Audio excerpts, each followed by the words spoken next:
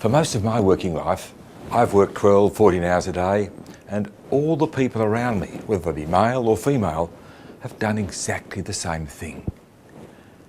Today we're going to talk about the adaptation of working roles, particularly the adaptation of working roles for females who can't work those sort of hours because of family commitments or other situations.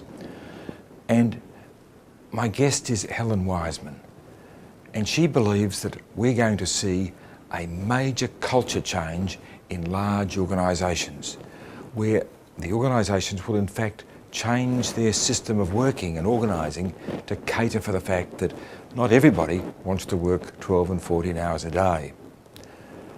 But that won't happen straight away. What's going to force it is a looming shortage of skills. And when that crisis takes place, that's when the culture will change.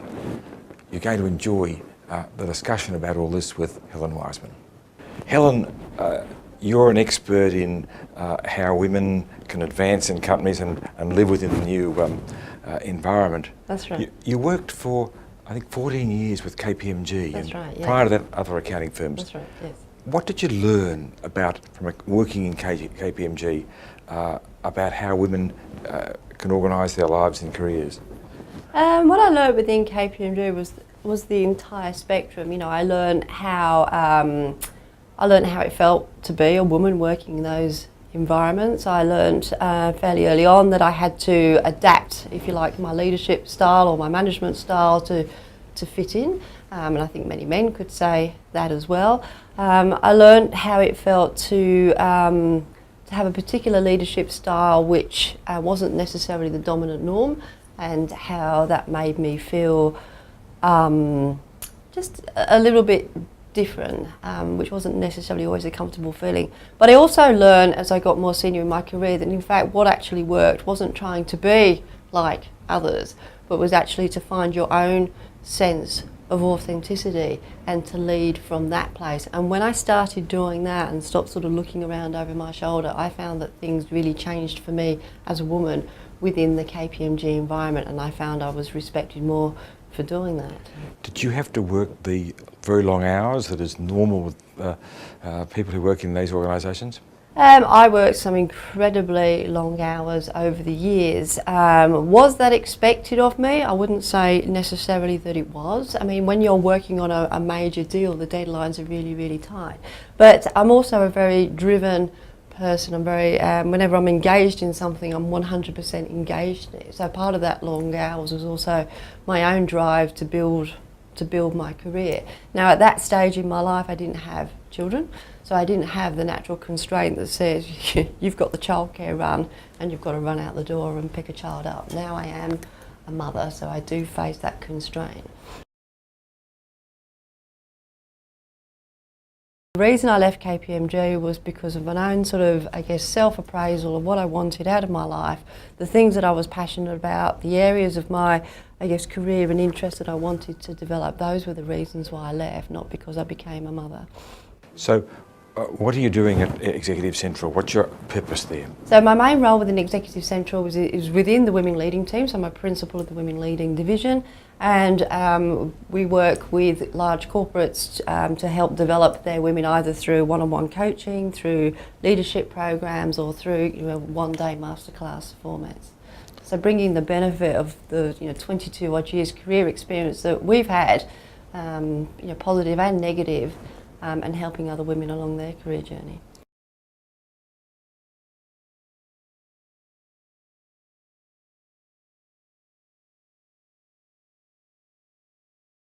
Pivotal to my ability to achieve what it is that I achieve is the fact that my husband Graham shares half of the childcare, and he has the big corporate role himself. We do use childcare, we have occasional babysitters, of course we get support, but it's half the drop-offs, half the pick-ups, it's half the time.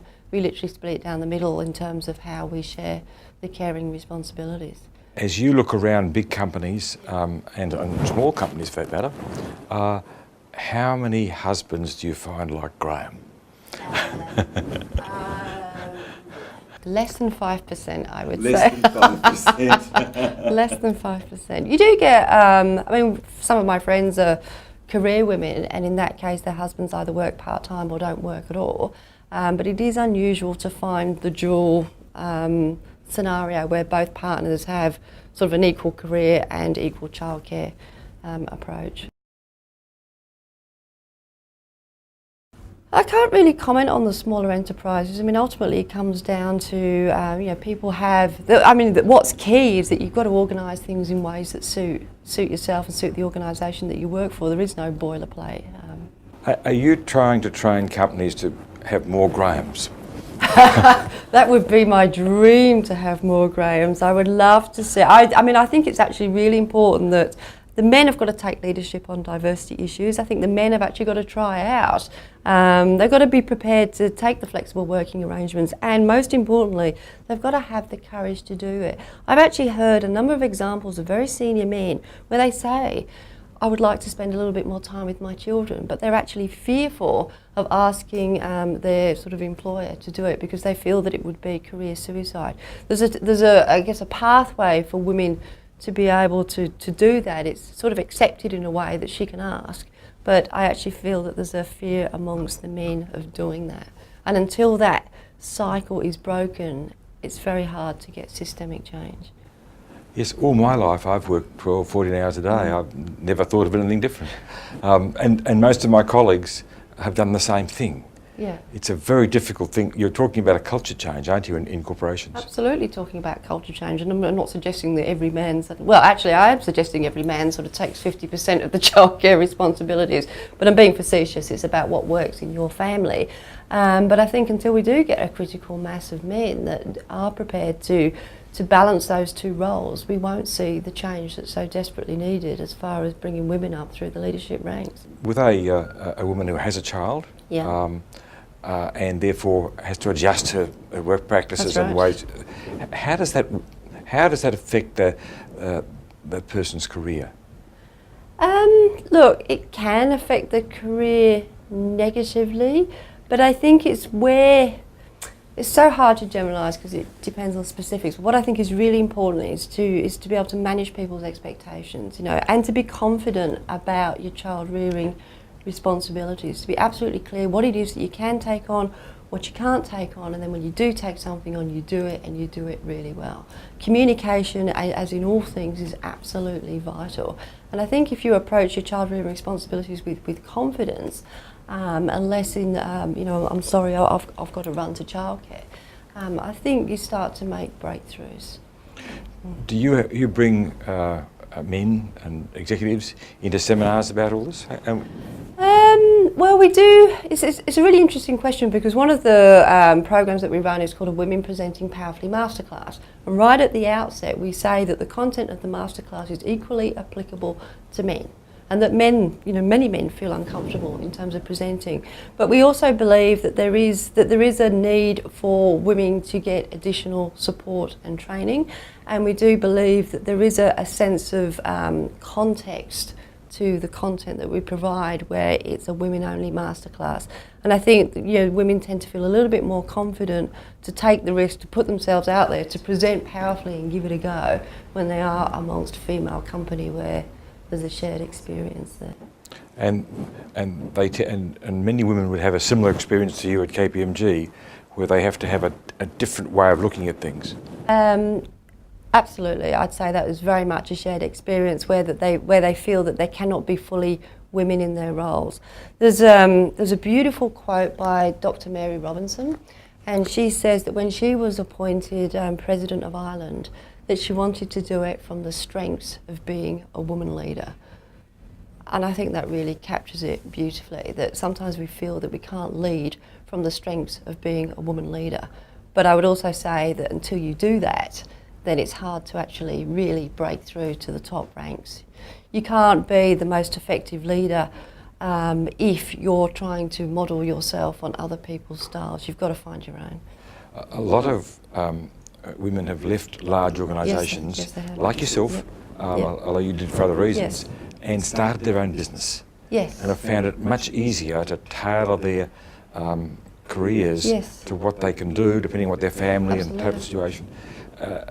Do you agree with that? One of the things I love about my particular sort of portfolio career lifestyle is the flexibility of when I start and when I finish, and I'm the one that's controlling my calendar. Of course, I meet my clients' demands as much as I can, but that's the beauty of having that flexibility. And I think within the corporate environments all the time that you've got to be there at a set time, you've got to finish at a set time, whether it's stated or whether it's implicit part of the culture, then women are always going to be able to struggle with that. So I think part of doing their own businesses is that they can actually work according to a style and time frame that suits their particular lifestyles. And so we're probably going to see more women leave large organisations to do just that.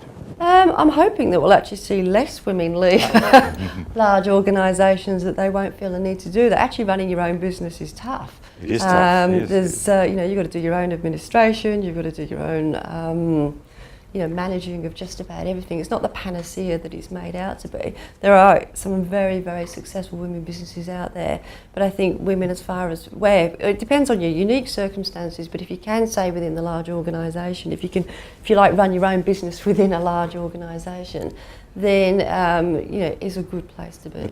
But that involves a major culture change in most big organisations. It absolutely does, yes. Do you think we're going to see that? I think we will see that over the next 20 years. I think it 20 years? Yes, I think it's going to take 20 years. I think there's a lot of momentum in the next 5 years, but I think what's really going to drive it is when we start to really crunch on talent shortage.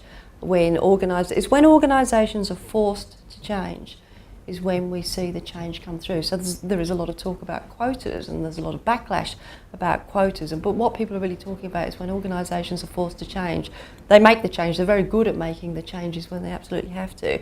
But I also think it's the talent shortage that's really going to force that change. And you think that's more important than quotas and things like that? Look, I think targets are vital. I think quotas, I am for quotas, but I'm for quotas in the sense of, well, let's see if targets work first, and let's see if the talent shortage problem works. And if those two things aren't working, then the backstop has to be quotas. You think that the greatest thing going for women in the workforce is the looming talent shortage? Yes, I do. Yeah. Thank you very much, Helen. Thank you.